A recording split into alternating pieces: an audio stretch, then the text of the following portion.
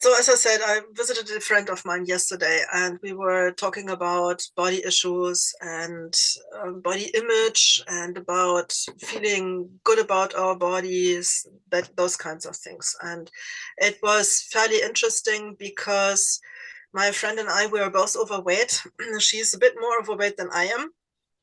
And she was remarking on the fact that she put on a lot of weight in the past couple of years.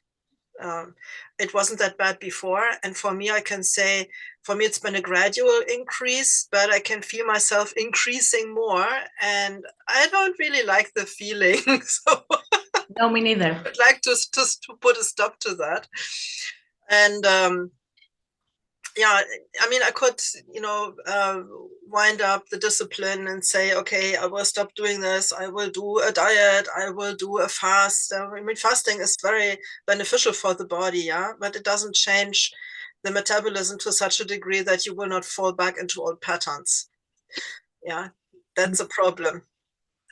For me, what I found, because I'm not gradually increasing that, yes, for the last 2 or 3 years approximately myself as well. But for me, it has been ups and downs through my whole life. We've Mm-hmm. talked about this in the past, actually. You did a lot of healing for me and a lot of release about that from past lives. But still, the weight is here. Okay, so I noticed a lot of things like you don't feel safe because, yes, the hormones actually influence the metabolism and everything else. The happier you are, the better your hair look, the better the body looks, the easier you lose weight. But how can we achieve this happiness, or what is the belief that is blocking that happiness? For me, in the past and recently, I've realized that I don't feel safe enough. Okay, we removed Yeah. something else as well around love issues, around my heart chakra. But the connection from the root chakra to the heart chakra is what makes us feel unsafe, okay, in whatever way we receive that. And I feel so unsafe still within myself of the things that I attract, meaning that I don't trust my subconscious of what I attract and why. Okay. Yes. Also, one of the love languages someone can have is food. Okay. Mm-hmm. How that has been stored to a child from a parent that I love you, so I will feed you. Okay. And the lack of love, meaning I won't feed you today, or I won't prepare a meal for you today because you've been this, and that.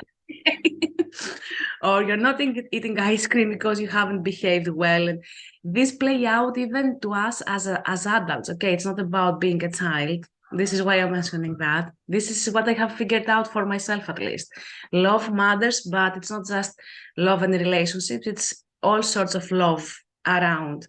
And this is why I have more weight in my arms, even around my chest, my belly, solar plexus, where I don't feel worthy of receiving true love. Okay, let's remove some of these beliefs.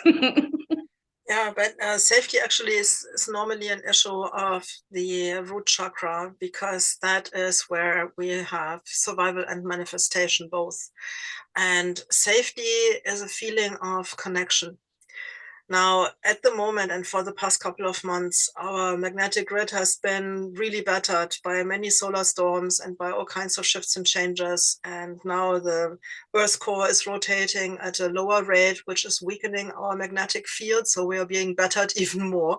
And at the same time, there are so many new codes coming in, yeah, from our galactic central sun and via our own sun. There is so much information coming in, yeah, initiations, activations, upgrades, downloads, information, light codes, you name it. We are constantly being bombarded with those kinds of things. Believe me, But in order to actually anchor that and integrate it, we need to have a stable connection from the root chakra to the magnetic grid, and that is a bit dodgy right now. And so our safety depends on a stable connection from the root chakra to the earth.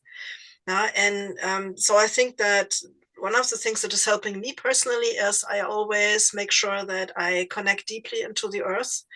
Do this usually in the mornings. My meditation is walking my dog and connecting with earth and with my environment and with nature. So that is something that helps a lot if you can integrate that into your day. But the other thing also is that, especially the body, we are not yet really appreciating the fact that our body does have a consciousness. Yeah, we have some 50 trillion cells. Each one of that has a sentience, and collectively, that's a collective consciousness. Yeah, it's like an entity. And that we should start connecting to consciously. It's not just about talking to the cells, it's about literally accepting the fact that this body is, for lack of a better word, your partner in crime. Yeah, it isn't just a vehicle to get from A to B. It is allowing you to experience everything that earth has to offer. Yeah, because emotions are part of the physical reality. Yeah, once you leave the body, emotions are done. Yeah, it's a state of beingness. So really accepting your body as a conscious entity, as your best friend, making your body your best friend, is a wonderful way to get more into a connection. Yeah, not just with the body, but also with earth, and realizing that this is how you express yourself with and through the body. And to be honest with what you said recently, I guess our guides are preparing us for the subjects with each time record, okay? But it was the first time that I recently felt to celebrate my body. We come, Really? yeah, Really? like I've never felt comfortable enough and I was what to like about this body, and I get the feeling really well. But the thing is that as we choose our parents, that we incarnate through them, as we choose everything else and the contracts we have to fulfill and the things we have to actually create for us and others, the same way we choose the body. So instead of beating ourselves up every time with, I don't feel comfortable with you, I don't like you, I wish you would wear different clothes or more this or more that, or eat better, we are actually torturing the body that we have selected on another level before we incarnate. And we, instead of stopping that and celebrating the choice we've made, actually honoring that choice, we keep beating ourselves up. No sugar, no this, no that. It doesn't work that way. Well, I've been at war with this body since the moment I got here, but for me, it's a bit of a different story than most people because I am the fourth soul aspect that is inhabiting this body. I had 3 walk-ins. The first was unconscious and unintentional, and the other 2 were conscious. And so I am still trying to figure out how to be more and more deeply present in my body, in my cellular structure. And then there are all these old patterns, yeah, from those other soul aspects that have lived in this body that didn't like this body either, by the way. So it's amazing that it's still here. I'm very grateful for that. But for me, the pattern that is most prevalent is that I am releasing emotional pressure through food, yeah, especially through carbs and sugar. Yeah, and I mean, I'm German, and we have all these different kinds of breads, and I love bread. Yeah, I could eat bread all day, any day. I don't need anything else. Yeah, so it's a problem, right? Yeah, look, I fully see that, but there is also that aspect that your oversoul chose this body, no matter what. And yes, there is a clearance that you feel really well that has to happen with the old beliefs of the previous souls that were walking in, yes. But at the same time, the choice of the oversoul is wiser than we can understand sometimes. Isn't it like that? Yeah, we have to allow more of the processes, and sometimes I do realize I am standing in the market, yeah, and I should be purchasing veggies and things like that, and I'm finding myself purchasing more bread, more treats, more chocolate, more ice cream. Like, hey, what are you doing? And I can't prevent it from happening. It's like a pattern that is so ingrained that I have difficulty really consciously making the choices. No, I want to make the higher food choices. I want to eat what really feels good to me. And I can't really unrail that pattern as of yet. But what I am doing is I'm going into the kitchen in the morning and I'm asking my body, what would you like right now? Yeah. What would you like in terms of food? What is it that makes you feel wholesome and makes you feel, enjoying food and really digesting that food and looking for those nutritional values? What is it that you want? And doing that allows me to at least be partially aware of what would be good right now, what my body would like, and getting more into a kind of cooperation with my body in terms of, okay, figuring out what it is. And honestly, yesterday I had coffee with a dear friend, and there was, in that cafe, they had different cakes and stuff. And I looked at this and I was like, okay, you're going to have a large latte macchiato, which is mostly milk and is stupid, absolutely stupid, because lactose isn't something that my body digests very well. And you're going to have this huge piece of tiramisu, which is like sugar, in squared. And so the food was coming, and I was sitting there. I was like, look, this is the best I can do for myself right now because it is filling my emotional needs. So I'm saying, yes, look, body, this is what we are going to ingest right now. And it's going to be tasting wonderful and it's going to nourish me in different ways.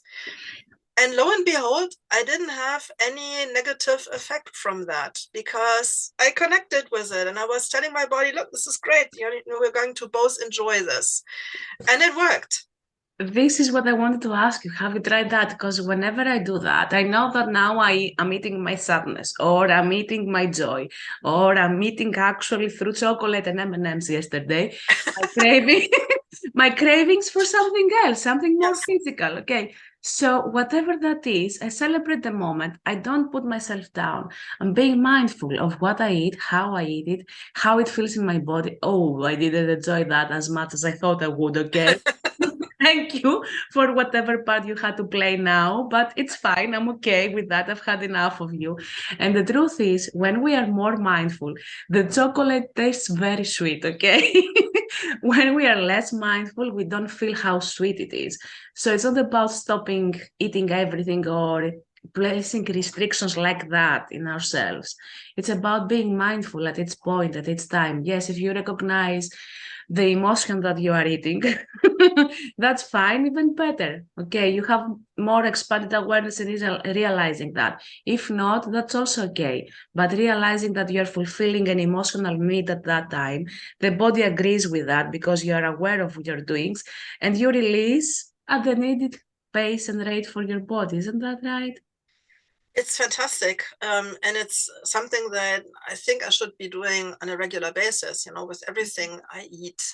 And also, if you watch TV or something, and you have some sweets there, you are not even aware that you are munching on those sweets. Yeah. So having, a meal as a celebration of yourself and your physical expression, meaning your body, has a completely different effect on the body than, reading a book and just stuffing yourself with something while you're reading your book. Yeah, so I guess that really is one of the things that I want to integrate more. I want to really be mindful and present with what I am ingesting at any given moment. Yeah, and in that way, I am respecting my body's wishes, and I'm also respecting my emotional needs. And it doesn't have this effect of creating this feeling of I have to beat myself down because I know exactly that I shouldn't be eating this, and I'm eating it anyway. Yeah, and judging myself is not going to help feel myself better or feel better in my body, or it really blocks everything else because next time you're doing it, it gets even worse. That's the truth. Whatever we judge actually makes us feel worse, and I have judged myself too many times so far to see that this is not working out for any reason, especially when it comes to food and how I change the weight up and down. But the truth is that exactly what you said, being mindful, blessing your food. Okay, thank Yeah. you for allowing me to receive you today because we are receiving. and being mindful with the taste and the texture and everything that comes through its bite. That can be so beautiful as a sense. Okay. Yeah, and physically speaking, being mindful of that and savoring the texture and the taste of the food also means that you're chewing a lot more. And I mean, digestion starts in the mouth, not in the stomach. Yeah, if you have too much half-digested food because you're inhaling it instead of eating it and chewing it, then your stomach will start having problems. So we have to be aware that there is a system here that needs to be respected. I love how you said you inhale your food, you're not eating it. But yeah. Yeah, my dog does. When it's getting worse, the older she gets, she's like, and it's all gone. Yeah, let's not do that. That's not No, helpful. let's not do that. Oh God, yeah, this is how it goes. And I think it's a journey because we realize more and more of ourselves. The more we connect with the body, with what it wants to eat, having it as an equal to us, okay, not the mind, not the heart, but as an equal essence of us. Yeah. Asking, what do you need to eat now? What is better for you? And yes, giving some of what we have in the autopilot as well as food and nutrition. That's not too bad, okay?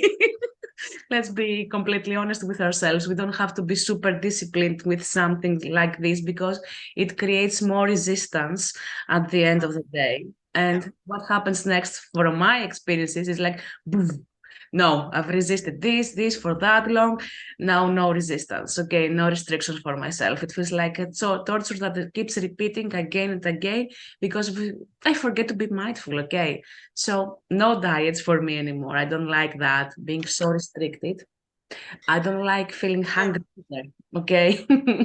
Well, there are nutritional ways of, still being sated and not being hungry and yet doing something better for your body. But the thing is that in essence, it isn't really about the food at all, because if you look at it, yes, of course, everything is vibration. So vegetable has higher vibrational values and has more life force energy, certainly than potato chips or processed food. Yeah, that is certainly true. So the question really isn't just about taste and texture. The question is, what are you ingesting in terms of life force? What is sustaining you? Yeah, and the choice of foods, if you have patterns like I do, becomes an issue because making the highest choices, not only buying the correct foods but also cooking them and eating them and valuing them for the life force that they are providing. Yeah, that could be a celebration of life. Instead, for me, it's a chore. Yeah, so it's a question of how do I look at preparing food and making the right choices. So in the mornings, I ask my angels, okay, guys, here I am again. I need to eat something. So please help me make the correct choices of what my body wants today. But I also want to be more aware of what my body actually is telling me. And the body doesn't communicate by words, it communicates by feelings. Yeah, so paying attention to how do I feel my body when I look at this food or I look at that food doesn't make a difference. Yeah, it's just that I have to remind myself every day to be really mindful and not just take the body for granted anymore. You said that, and I remember a subtle conversation happening in my mind. Okay, it's late. I need to have something before I get too hungry and before it becomes too late at the night. So I went to the fridge. Okay, not this again. Okay, what else do you want? Do you find anything else available to you now? No, but not this again. And I went, okay, give me another choice. And bloop, the idea came. Okay, but this is exactly how it goes. And at the beginning, I remember trying to ask my body, what do you need to eat? And not receiving or not feeling or not understanding the answers because I hadn't been used to asking my body. Okay. So if Yeah. you try this, I wanted to say from now on, be patient with your body and yourself to listen to what actually asks and be open to explore different things. Even when you go to shop more things, explore the selves. Okay, would I like to taste that? To explore that and that? Ask your body. As Yeah. you the body is actually giving answers, and I didn't believe when you first said that to me. That sounds interesting. How can I listen to my body now? Well, when you at first try this kind of thing, why not use tools? You can use a dowsing rod, or you can use a pendulum, or you could use kinesiology for that matter. Yeah, the body is a perfect feedback mechanism. It tells you in no uncertain terms what is a good idea and what isn't if you start paying attention. Yeah, kinesiology can be a great help. Yeah, it's coming down to a decision. Okay, if I'm in the supermarket and I'm looking at, do I want a melon to eat, or do I want, I don't know, red peppers to eat? Yeah, so I take the food in my hands and I ask my body, and then I just close my eyes for a moment, and my body is moving forwards, is literally pushing forwards if it's correct, if this is what it wants, if it resonates with it, and it's turning backwards if it doesn't. So I can literally get the answer right then and there, and really buy what my body wants if I am inclined to listen. This is what I'm doing to be more active in what I listen from my body, actually. Kinesiology, yes. As we said at the beginning of our sessions, place the hand on your stomach and ask your stomach, what do you want now to have? Only in my mind, because I wouldn't like others to hear me, okay, when I ask these questions. It doesn't really matter. I mean, really, if we start looking at the body as our best friend, then we need to also show some respect, and we also need to be mindful of what hurts the body. And I'm not saying it's like a 5-year-old in pain. That's not the feeling I'm getting. But having the courage to acknowledge that this is something that I have been denying myself. Yeah, the insight that this body is alive for itself and does have a consciousness that I can connect with. Yeah, it changes things in the way that I treat myself and in my body, and I treat my body as well. Yeah, I may not have been very considerate of my body before, but I'm getting there slowly but surely. It's a process. It doesn't happen overnight. Yeah, but it does take some decisions. First of all, actually allowing myself to view this body not as a means to an end, yeah, but as a physical format that is here to support me as a divine expression to experience this life. True. And that's the point of all of it, isn't it? Yeah, so it's not just about loving yourself, it's also about loving your body. Yeah. That's part of loving yourself, actually, because the body is part of yourself, isn't it? And then you get to be more connected with the body, you get to be more present within your being, of whatever manifestation of your being you are actually dealing with now. The body, yes. The energy body in total, yes. So let's have more connection with our bodies. And to be honest, I did something different from you. All of these years, I was using my body as a compass of what's going wrong with me, actually. Okay. Oh my goodness. Yeah. When there was an illness manifestation, I would think, even just having the flu, I would think, okay, what's wrong with me? How do I need love now? How do I not perceive that I receive love? Or when I had lower back issues and loads more. Okay, what is the limiting belief that you have stored in that place of your body and now you can't even get off the bed? That wasn't self-love. That was judgment again. And the truth is, the more we come from a place of eating self with shame free and guilt free, like I don't have any shame or guilt of what I'm consuming now, the happier we are with ourselves, Yeah. the weight goes out. Not only we don't store more weight, but we release also weight. And I noticed that in a trip where I was eating and eating and eating, and actually came back less. Okay. I I haven't had that experience yet, but who knows? No, at least it's not getting up. Even though I am not really, very consistent, I'm afraid, in my approach to having a better relationship with my body. And even though I'm living in this thing 24/7, yeah, it is amazing. But have you noticed? I am still referring to my body as separate.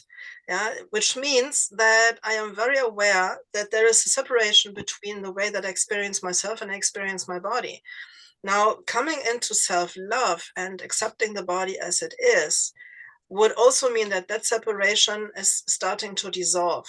Yeah, that you experience yourself as the body. Yeah, look, the True. process we are going through as humanity is integration. Yeah, ascension is about integrating everything that you have denied yourself, that you didn't like about yourself, all the expressions of yourself that you try to get rid of or push down or not accept or even be, unaware of. And integrating this means that you're no longer experiencing this as outside of yourself. Yeah, so people that start on the spiritual journey usually get told you are not your body. Yeah, and that's a problem because you create a separation between yourself and your body. Suddenly it's something that's outside of yourself. Yes, you are looking at it from a point of view of, oh, I am the consciousness and this is the body. You're not even saying my body, you're saying the body. Yeah, that's the Grand Canyon between you and actually allowing to be present in the body, because most people are then present in their left prefrontal cortex. They are thinking, they're feeling. Yeah, the direct connection to feeling what's going on in the body is getting lost in transit. Yeah, you're no longer aware of it because you're always thinking, you're feeling, you're categorizing everything and putting it into the drawers that you have assigned for that.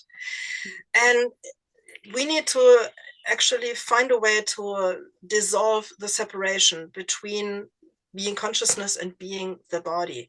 Because once you say, oh, I am hungry, yeah, it doesn't matter if it's because of emotional needs or because you're physically hungry, you are acting as one entity, you are acting as one being. And that also means I love myself as I am. And so, yes, I am hungry and I'm going to find the food that will satisfy me. If that is emotional or physical, in the end, does it really matter? No, it doesn't. And exactly as you said, because I found myself doing the same thing as what does my body need? How can I accept my body? Yeah, I am the body. I am my emotions.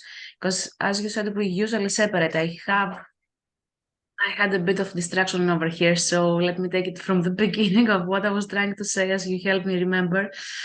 Yes, and it's good at the beginning of the path to separate the emotions, the body, and everything else, the mind, the ego, and all of these things we call, in order to have separate understanding of how things work through us. But at the end of the day, we have to unite everything back again in order to understand ourselves truly. It's not helpful to have something as separate and outside of us.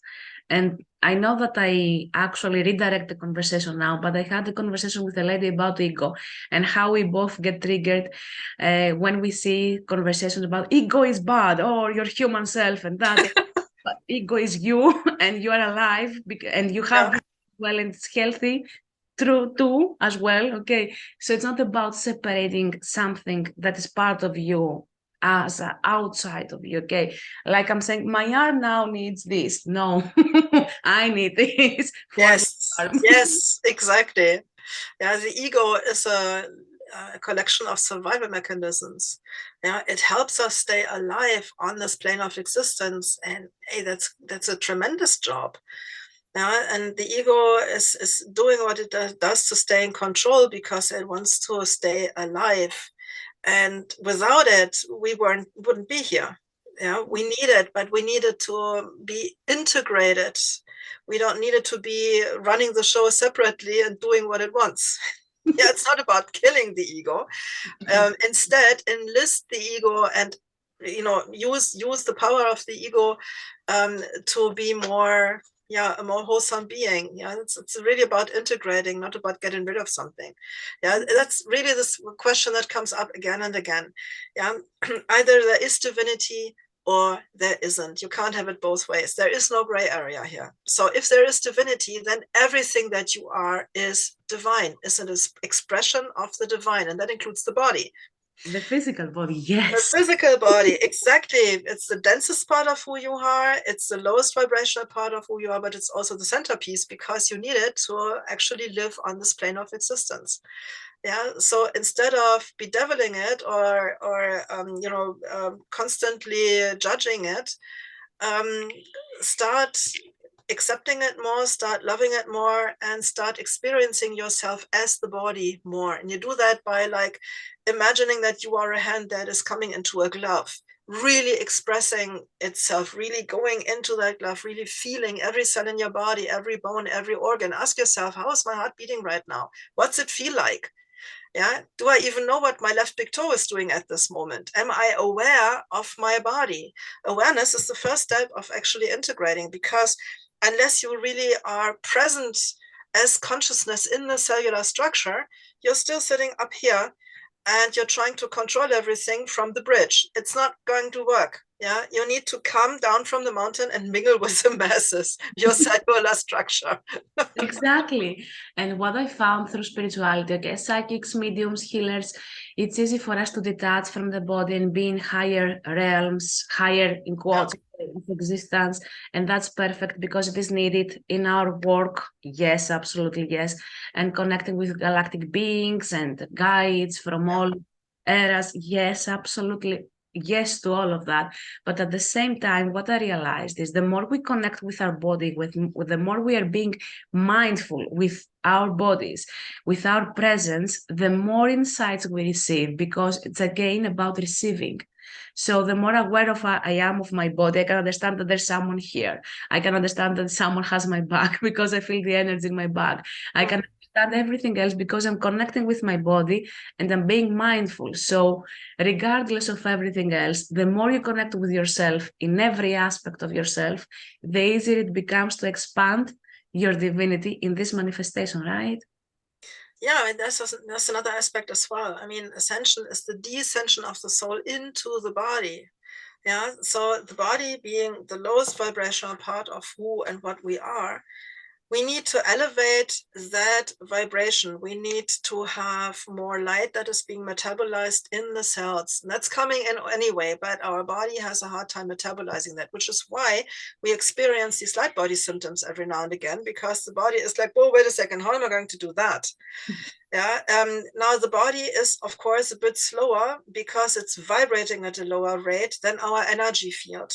Yeah. So if we spend a lot of time in other realms, in other planes of existence with our consciousness, like doing astral travel or whatever else we are doing, yeah, meditating and stuff, and we are leaving the body a lot, what happens is you get a separation between the vibration of the body and the vibration of your consciousness. Yeah, your energy field is expanding faster than the body can metabolize the light, and there comes a point when the body says, "Whoa, this is not working for anymore. I can't catch up fast enough." And in order for the body to catch up, it is telling you, "Stop this.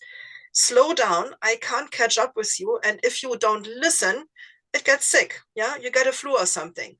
Because if you are not aware yet your body is at the absolute limit of what it can do, then the body will force you to stop and slow down until it has caught up with your vibration. Yeah, so being outside your body is not the answer. The action is happening in the body. And with that mentioned, I want us to talk about techniques of how to connect more with the body. You've shared with me many things you do for yourself, like Qigong, for example, or even activating the higher heart chakra. Yeah, the And thymus gland. yes, by tapping, which is also useful in many ways. And as empaths, we remove the feeling of receiving everything as an energy. At the same time, dancing, okay, which feels stupid sometimes, but Yeah, it is. breathing connects the body with the soul. Breathing is the ultimate thing to really get deeper into the body. Yeah, so let me share this beautiful technique that I used and I've been using for years now, which really made a big difference for me and the feeling that I am connected and the way that I perceive myself as body. So imagine this, you're dropping an anchor from the tailbone straight into the big red rubies in the center of the earth. That's the seat of the raw power of nature. And when you breathe in through the nose, you breathe in the raw power of nature through that anchor chain straight into every cell of your body and every fiber of your being. Yeah, and let it expand in your beingness. Yeah, fill you up with the raw power of nature. Nature doesn't strain to grow. It just does. Yeah? The feeling of being connected with the power of nature gives you an inner confidence that is different from imagining you are confident in a mental way. And when you breathe out everything that is bugging you, all the darkness, all the doubt, the anxiety, the anguish, even the pain, everything that you feel is restricting you, the limitations, everything that is, the thought patterns that are triggering you, everything that is bugging you, you are breathing out. Yeah. So here's the rhythm of one loop. You breathe into the count of 4. You hold your breath to the count of 5. You breathe out to the count of 6. And then you hold your breath again to the count of 5. That's one loop, but don't do more than 5 loops at a time. This is very, very intense. It's extremely powerful. Yeah, so when I started doing this, I did it like 5 loops 3 times a day at the most. And I reduced that after a week because it is extremely powerful. And what happened was it changed everything, because suddenly there was an inner confidence that I had never experienced before. I started working differently with energy. I started working differently with clients. I just felt a kind of sovereignty that I had never experienced. Like, yes, I am here because I am connected into every cell of my body, and I'm connecting myself with the raw power of nature. It's extraordinary. Try it out. See if it works for you. Yeah. That said, also be mindful, breathe from your heart. Expand your heart to Yeah. love your body as well. Okay. And be present within your whole being. It's not just the heart, but the heart is the connector with everything, for everything. Center. Yeah. And I'm red. Okay. Let's promote energy again, because either I'm regrounded again or what. Anyway, yeah. Yeah, I think there's a lot of ways that you can approach this, but at the end of the day, what you eat isn't as important as how you eat it. Yeah, and loving yourself in that context means you pay attention what your body wants, and you will pay attention what feels good to you, and stop separating from, is this what my body wants or is this what I want? Yeah. Look at it from a point of view of it. If you're uncertain, put your hand on your heart and just feel. Your body actually gives you the impulses. Yeah. And get more into your heart space, become more present and aware. Then you don't have to ask, you will already know. True. And thank you for all the advice. And I hope it really helps, because we are not the only ones who are going through this as a challenge, but we are more aware of it, because not it is a disturbance, or yes, it makes us feel uncomfortable many of the times, and all of these things we talked about already. But at the same time, it is part of the ascension process we are going through. It is part of who we are. And that makes it even more spiritual in my understanding. Okay. But spirituality isn't a discipline; it's a state of being. And I think that being yourself is the most important thing here. Yeah, being authentically you. And if that beingness changes, so does the body, because the body is expressing you. Yeah. And you say, and you talk about authentic expression, and that's the theme for 2023. And as I have a mantra, and I will explain how this came up, is be true to yourself and be your true self. And I was asked months ago, a couple of years ago, who would you like to be or become? And I was thinking of values about the personality and stuff and spiritual gifts. And I was, wait a minute, I had that discussion with my guys. That's not the truth, okay? That comes and goes, that changes the whole time. And it's good to go with the changes, because that's the evolution of the soul and the being in general.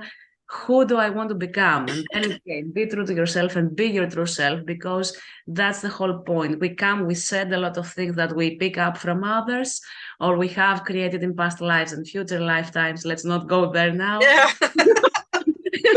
Next time. Yeah.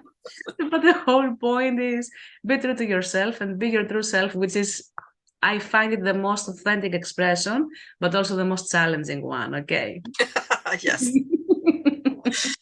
Yes, but it could also be a celebration of life instead of a judgment. Yeah. The more I am who I truly am, the more comfortable I am in my physical expression. The more I enjoy life, yes, exactly. The more I create the best I can create for myself and others at the same time. Yeah, exactly. So let's go there and try it out. Yeah. Thank All you. the best to you all. Many blessings to you. And thank you for asking me all these questions. Thank you for being here and exploring this with me. A pleasure. Thank you for watching the video for the people that will be watching this.